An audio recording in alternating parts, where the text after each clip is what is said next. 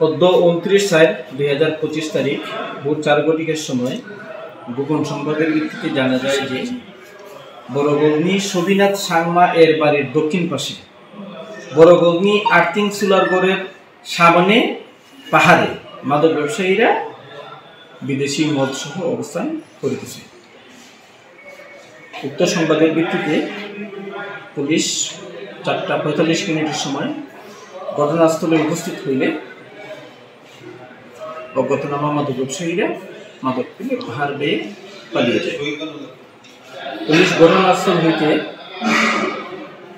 ভারতীয় বিভিন্ন ব্র্যান্ডের মোট 60টি 570 বোতল বিদেশি মদ জব্দ করে পলাতক অজ্ঞাতনামা আসামিদের বিরুদ্ধে আইনগত ব্যবস্থা প্রক্রিয়া দেয়। উদ্ধারকৃত মাদকের আনুমানিক বাজার মূল্য 30 লক্ষ টাকা।